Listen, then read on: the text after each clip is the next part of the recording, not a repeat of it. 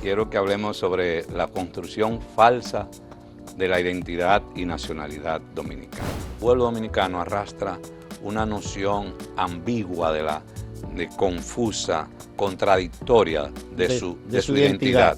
Cuando una población tiene tantas confusiones de identidad, la lucha por los derechos, la lucha por la justicia social, por la equidad, se torna más compleja también.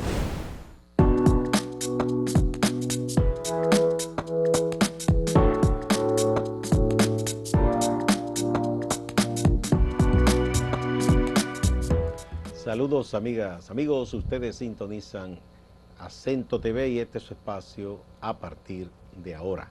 Hoy es viernes y como de costumbre aquí tenemos a Bernardo Matías, el hombre de los viernes. Bienvenido, Bernardo. Saludos, ¿cómo estamos? Estamos bien. Qué bueno, gracias a Dios. Hoy estoy yo en mis aguas. Como pez en el agua, como Sí, dicen. ¿Y cuáles son esas aguas? Quiero que hablemos sobre la construcción falsa de la identidad y nacionalidad dominicana. Interesante tema. Es decir, vamos a meternos a navegar en la historia y la antropología. Muy bien. Y la sociología. Y queremos empezar mostrando un gráfico. Vamos a ver si los muchachos nos apoyan con eso. Ya lo tenemos el gráfico.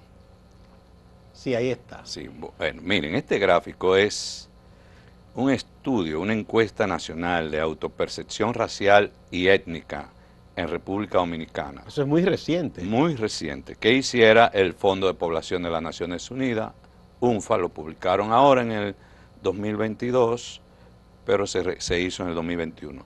Ya ellos habían hecho, yo digo ellas, porque la mayoría de las que están ahí trabajando son mujeres y unos cuantos hombres.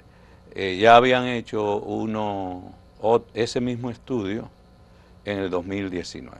Si mal no recuerdo, los datos son casi hubo estudios idénticos. parecidos de alguna universidad, aquí si no me falla. Bueno, sí, yo lo tengo acá. Ya. Bueno, no estoy tan mal de memoria. Pero ese fue en el 2016, 2017. Exactamente. Sí. Y los datos de ambos estudios van por la misma tendencia. Sí. ¿Cuáles son los hallazgos de ese estudio? Tiene muchas informaciones. Yo tomé la información más relevante relacionada con el propósito del tema de hoy. Entonces no voy a hablar del estudio, sino voy a hablar de un tema, de un dato que arroja el estudio, que nos plantea cómo la República Dominicana arrastra su población, el pueblo dominicano arrastra una noción ambigua de confusa, contradictoria de su identidad en el plano étnico-racial. El estudio planteó una pregunta a la categoría étnica o racial que la persona se describía.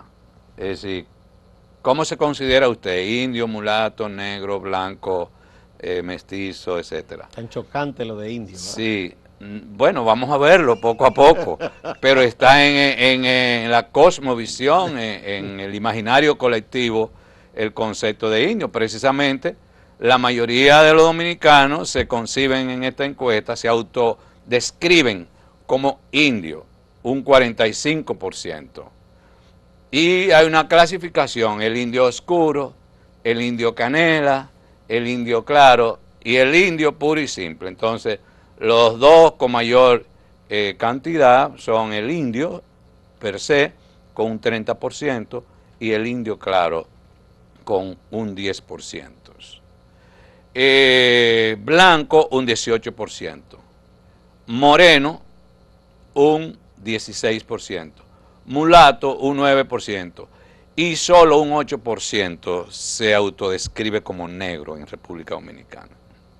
8%. Sí, 8%. Es decir, que esta es una sociedad de indios, realmente, y de blancos, y de morenos, según este estudio. Vamos a ver, Adoris, qué hay detrás de todo esto. Ahora, en el cuadro que estamos mostrando, en el gráfico, vemos un 70% a la derecha de un círculo. Yo lo que hice fue una sumatoria que significa que ese 45% de indios, el 16% de morenos y el 9% de mulatos son todos mulatos. En términos no de autopercepción, sino en términos de identidad objetiva. Más adelante yo voy a hablar la diferenciación entre lo que es identidad objetiva e identidad subjetiva. Entonces, en términos de una identidad objetiva, hay un 70% que en una noción confusa del mulataje ponen categorías étnicas o raciales próximas al mulataje. Pero la población dominicana en su mayoría se autopercibe como india. Pero hubo otro estudio hecho por el Instituto de Investigación Social para el Desarrollo de Santiago, que quizás ese era que tú te referías. Y el estudio se llama Imaginar el futuro, ciudadanía y democracia en la cultura política dominicana. Cuando una población tiene tantas confusiones de identidad, la lucha por los derechos, la lucha por la justicia social, por la equidad, se torna más compleja también. Porque a favor de qué luchamos, a quién defendemos, qué defendemos. Ese estudio le hicieron la pregunta siguiente a la población. Si tuviera que elegir un color de piel que más represente a los dominicanos, ¿cuál sería? Aquí fue más alto, el 46.38% dijo indio, en aquella un 45%, indio. Luego, en segundo lugar, está todos por igual. Eso todavía es más confuso que cualquier sentido de identidad. Todos por igual, es decir, todos somos iguales. No, no hay nada que decir ni que analizar. Ni blanco ni negro, sino ni todo nada. lo contrario. Eso lo que refleja es una confusión de identidad. Y en tercer lugar, mestizo. Cuando antropológicamente se define el mestizaje como la simbiosis genética, y no solo genética, sino también en términos culturales, el mestizaje de blanco e indígena. El mestizaje es eso, blanco e indígena, y los dominicanos decimos que un 16% somos mestizos, es decir, que tenemos mezcla de blancos con indígenas. Luego, un 9.5% se autodescribe, dice que la población dominicana lo que más lo representa es negro, aquella decía un 8%, y 7.4% blanco. Es decir, son dos encuestas hechas por instituciones muy diferentes, con propósitos y objetivos diferentes, que da los mismos resultados. Aquí yo sumé, porque hay algunas categorías que no la puedo sumar, como la de amarillo y todos igual, y me da un 62%, lo que se aproxima a lo que podría ser la categoría étnico-racial de mulato, que aquella arroja un 70%. Es decir, son dos estudios. Entonces, la pregunta es, ¿por qué? ¿Cuáles son las raíces históricas de este desencuentro del dominicano con su identidad? Porque es un desencuentro realmente con lo que somos. ¿Cuáles son las raíces históricas? Por lo menos la cédula ya se borró eso. Todavía, yo no sé. No, ya no. Hace ya unos años que se quitó lo de ¿Y indio. qué ponen en la cédula? Yo no sé, la gente dice cómo se considera. Mestizo están poniendo. Yo no sé si están poniendo. O el que hace. ¿Qué otro desacierto? El que hace la inscripción le pone lo que considera. Yo cuando saqué la cédula, que hicieron el cambio aquel, él me iba a poner indio. Yo dije, no, mulato. Dice, no señor, pero usted es blanco. Digo yo, no, mira, yo soy en Europa y Estados Unidos, yo soy un negrito. Y realmente yo no sé tú, pero yo he sufrido discriminación en Roma, en Italia, en España. Me tocó sufrir discriminación en Estados Unidos. Hubo un caso en España muy, muy curioso. Nosotros, mi esposa y mi hijo, íbamos en un tren rumbo a Segovia, de Madrid a Segovia. Llegamos a Segovia, yo venía con la costumbre, el hábito de los trenes que se abren automáticamente la puerta. Allá en España la mayoría de trenes hay que darle a un botoncito. Ah, ya. Yo estoy esperando que abra la puerta. Que abra. Y el tren siguió y entonces perdimos la parada. Y le hablamos al señor que lo que pasó, y él llama y dice, aquí hay unos extranjeros que no saben cómo abrir una puerta. Sí, no. Y entonces todos los que estaban ahí, los españoles, lo miraron y se quedaron mirando a nosotros y nos hicieron señas como que nos calmáramos, como que era un señor mayor, pero es una discriminación, porque él asocia a no abrir la puerta con la condición de extranjero. Y a ignorancia. Y a ignorancia, eso es xenofobia. Y quizás tú estabas acostumbrado a un tren automático, más avanzado, más moderno, sí, en otro lugar. Vamos a una primera pausa y volvemos.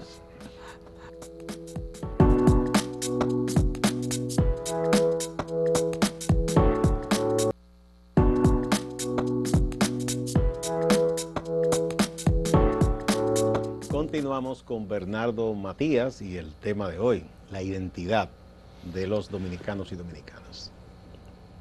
Bueno, al hablar de esa autonegación de la identidad, estamos hablando de una autonegación condicionada por factores históricos. El primer factor histórico es el periodo colonial, como comenzamos a arrastrar las raíces de esa autonegación.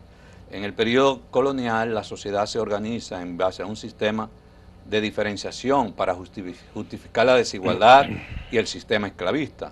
Y se genera una diferenciación donde se establece que el blanco representa la raza superior y el negro esclavo representa la raza inferior o el indígena, en ambos casos. Entonces, todo esto se extiende a la lengua, que la lengua superior es la del esclavista, a la religión, a los hábitos alimenticios, a la vestimenta, a la forma de organizarse, a la estructura familiar, y se hace toda una estructura de noción cultural, de códigos culturales, donde se asocia lo blanco como símbolo de civilización, y lo negro y lo indígena como símbolo de barbarie o de salvajismo. Mira, yo no sé, yo creo que por suerte, Bernardo, ya lo quitaron de la enseñanza de la lengua castellana y de la historia. Se enseñaba, cuando era niño recuerdo, que habían lenguas y dialectos.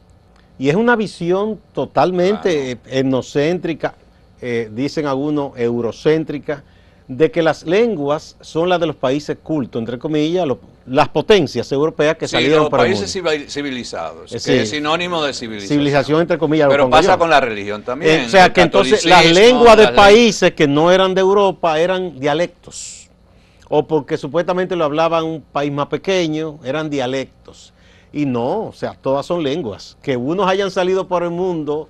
Pero tú te vas a la lengua, tú te vas a la religión también. Igual. De hecho, en la música. Las lenguas de origen africano son le hacían sentir complejo a los no europeos por su música, sobre todo en las Américas. Los hábitos alimenticios, eso es comida de negro, eso es comida de blanco. Exactamente. Todos esos conceptos se van interiorizando. El blanco instaura como modelo de civilización, se pone como modelo de civilización, de progreso, de música bondad. Culta, le dicen a la música tradicional europea. La música culta. Y la otra como que no es inculta. Imagínate tú. Lo blanco se instaura como modelo de civilización, de progreso, de bondad, de verdad, de belleza. Y lo negro africano es sinónimo de barbarie, de atraso, de maldad, de engaño, de mentira, de fealdad. Son dos universos culturales enfrentados donde se va a interiorizar el universo del blanco. Y tú sabes que eso está en la mayoría de los diccionarios. Por supuesto. O sea, colocan significados a la palabra negro como lo oscuro, lo negativo, lo malo. No, y ejemplo, a lo blanco le agregan la luz. Lo negro bueno, es símbolo de dolor, de muerte. Todo eso. Todavía lamentablemente eso está en muchos diccionarios. Pero en los símbolos también. Lo negro es símbolo de dolor, de muerte, de malo. a alguien le dice, tú tienes un lado oscuro. Oscuro. O sea, que la parte de maldad, supuestamente. Bueno, había una teología en la época de la colonización que entendía que el hombre, su piel se ennegreció Por el pecado. cuando pecó. Cuando Adán y Eva pecaron, su piel se puso negra. Hay una teoría. Pero al diablo lo pintan como un tigre europeo, chéverísimo, con una barbita. Ese otro diablo, que siempre el diablo ha sido negro también. Y Dios Pero el perfil, aun cuando lo pintan como sí. colorado oscuro, el perfil es de un caucásico. Segundo periodo a tomar en cuenta, es el de la colonia. El siglo XVII o siglo de la pobreza. Se instaura un modelo de esclavitud doméstica que sustituye el modelo de plantación extensiva e intensiva. Y este modelo de esclavitud doméstica rompe la línea divisoria de diferenciación social de blanco-negro, amo-esclavo, y el blanco y el negro comienzan a interactuar. Eso en República Dominicana, en Haití no se dio así. Se rompe la diferenciación racial y emerge el mulato. Y la diferenciación social, la diferenciación no la daba la condición social, porque como era siglo de pobreza, todo el mundo era pobre, sino el abolengo, tu origen, de dónde tú vienes. Eso era lo que te daba la posición social en el siglo XVII o el siglo de la pobreza.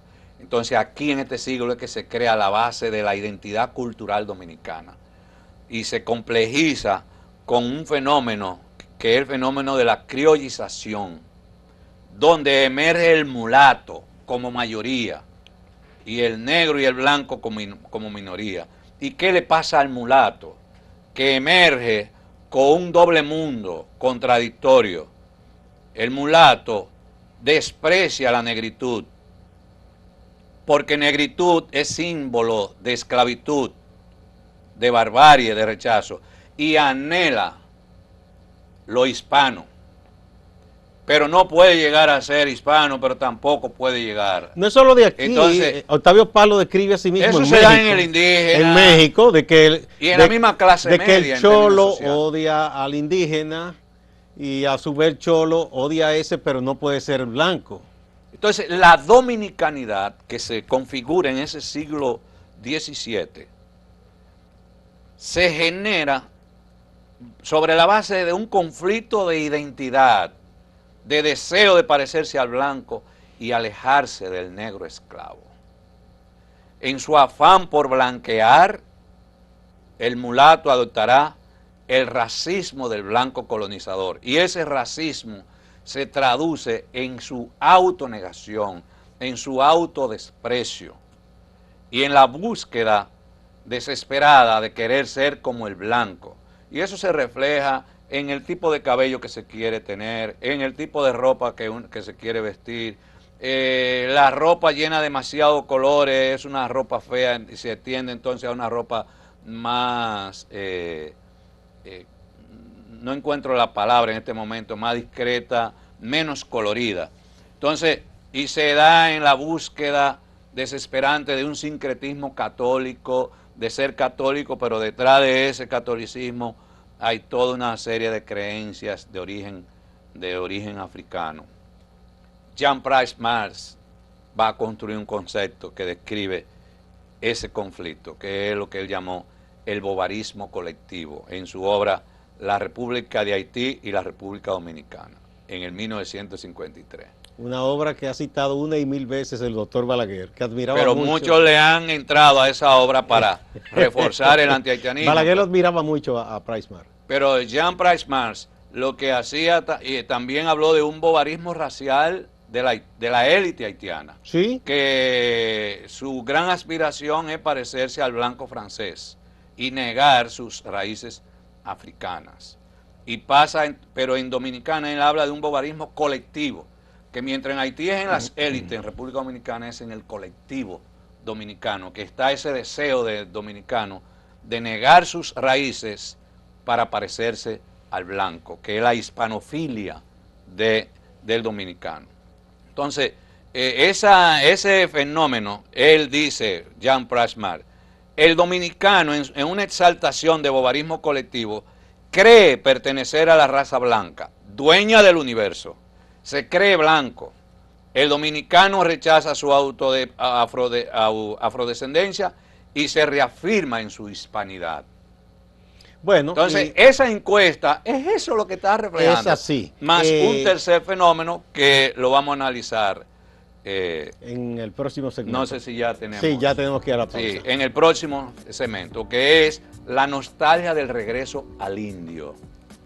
Sí, el indigenismo. Sí, el indigenismo. Hay todo un movimiento, sí. Sí. Vamos a la pausa y volvemos.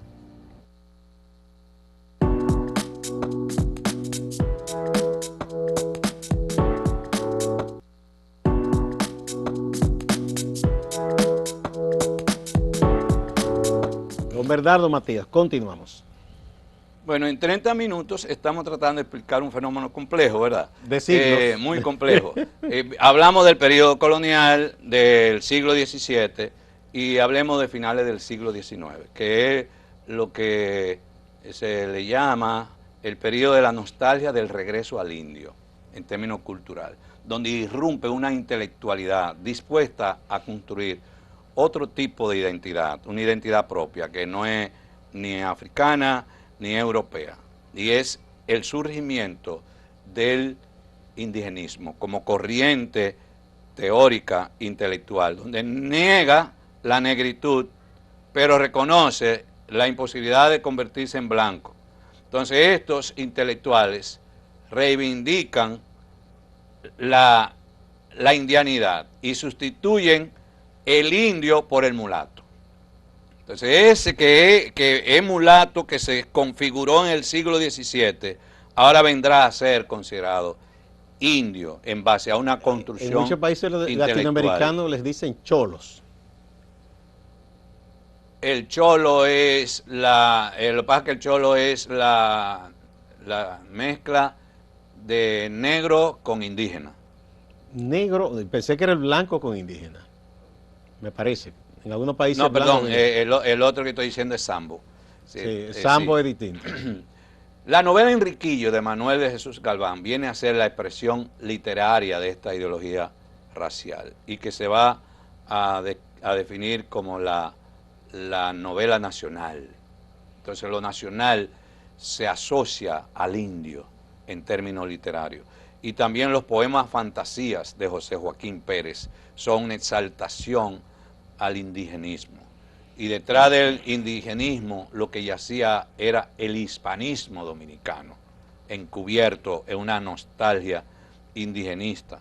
Y se asume como más honorable tener como antepasado a Anacaona o a Enriquillo que a Lemba.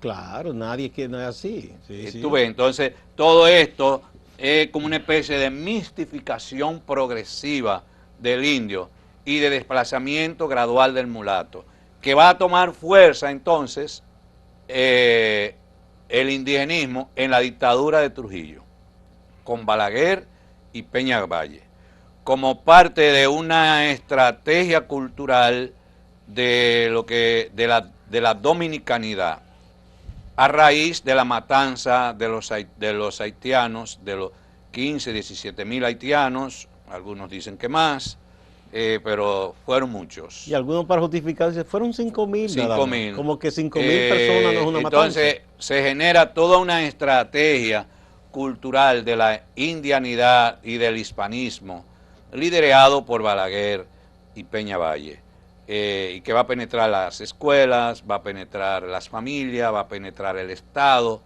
Y los dominicanos somos un producto histórico de esos elementos que hemos analizado. Y al final lo que arroja es lo que se le llama una contradicción entre la identidad objetiva y la identidad subjetiva. Parecido un poco a aquello de Carlos Marx, entre clase en sí y clase para sí. Conciencia en sí para sí, que decía Marx. La identidad objetiva es lo que nosotros realmente somos como identidad. Una sociedad en la que se sintetiza una identidad de convergencia creativa y original de lo hispano, lo africano y lo indígena. E incluso después se van a ir agregando otras olas migratorias que han alimentado la cultura sincrética dominicana, del mundo árabe, chinos, etcétera, etcétera. Pero la fuerza está en lo hispano y lo africano y con una incidencia indígena. Y esa simbiosis es real, es objetiva y da un fenómeno muy especial donde nadie puede negar la negritud del dominicano.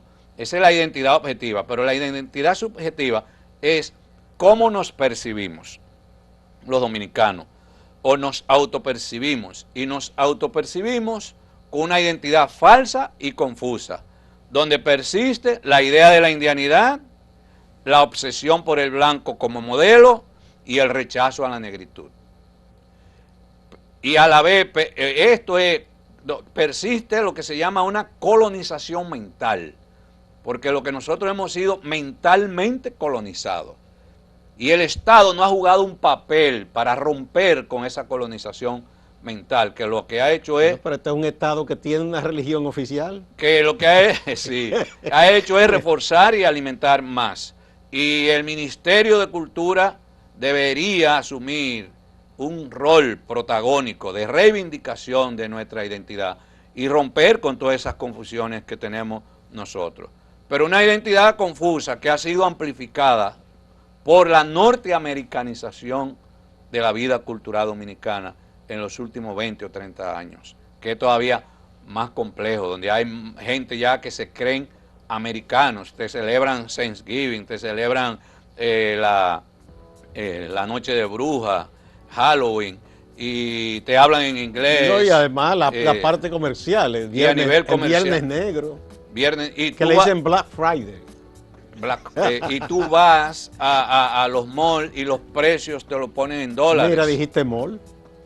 Sí. A la plaza, digamos, ¿verdad? Sí. A la plaza. Se ha metido eso. Y entonces, oye, hay un tema, un reto muy grande de nosotros, porque detrás de todo eso está la idea de cuál es la sociedad que queremos, el sentido de justicia, de equidad, hacia dónde debe llegar la justicia y la equidad, a los blancos, a los mulatos, a los indios, a los negros. ¿A quién? Los negros no tienen derecho a justicia, a equidad.